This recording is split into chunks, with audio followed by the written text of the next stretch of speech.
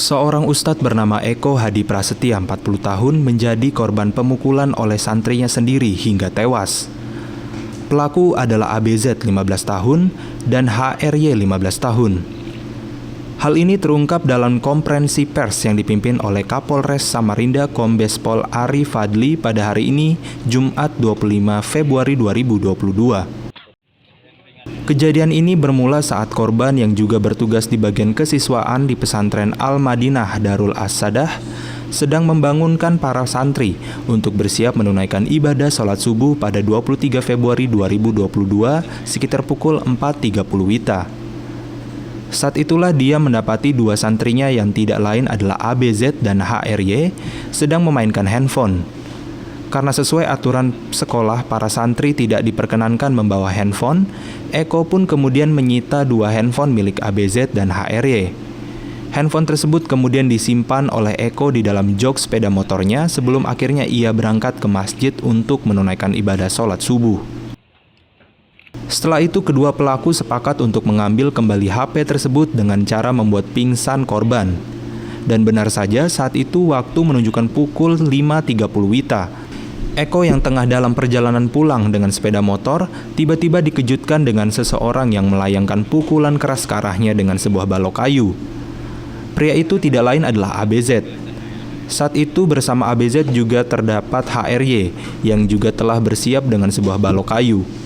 Sementara untuk menutupi identitasnya, ABZ diketahui memakai sebuah topeng berbentuk wajah monyet yang diambil dari ruang kesenian.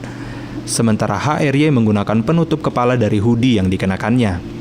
Disitulah kedua pelaku ini menghadang dan berupaya untuk merebut kembali, mengambil kembali handphone dengan cara memukul korban dengan dua balok kayu, yang mana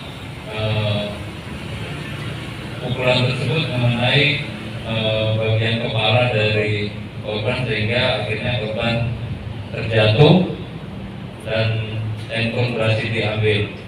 Dari informasi yang diperoleh dari polisi, HRY memukul korban sekitar 3 kali ke arah kepala dan disusul ABZ bersama-sama memukuli korban hingga terluka di kepala. Dari hasil visum yang dilakukan, total korban menerima 8 pukulan yang berada di bagian kepala, leher, dan badan korban.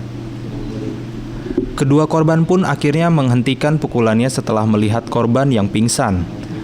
HRY pun lalu mematikan kendaraan korban, lalu mengambil kunci motor untuk membuka jok motor tempat handphone milik keduanya disimpan. Usai berhasil mengambil handphone tersebut, keduanya lalu meninggalkan korban yang masih tersungkur tak sadarkan diri di jalan. Tak berlangsung lama, korban pun ditemukan oleh warga sekitar dan dibawa menuju RSUD Abdul Wahab Syarani, Samarinda. Namun pada pukul 7 waktu Indonesia bagian tengah, korban pun dinyatakan meninggal dunia. Pasal yang kita kenakan, pasal 340, subsidiar pasal 338, subsidiar lagi pasal 170 ayat 3 KUHP. Tapi dalam prosesnya kita menggunakan acara sistem peradilan anak, yang mana nanti dalam proses penyidikan peradilan kita berkoordinasi dengan Bapas untuk memberikan pendampingan kepada kedua pelaku tersebut. Demikian. Yogi Irfan, STV, Samarinda.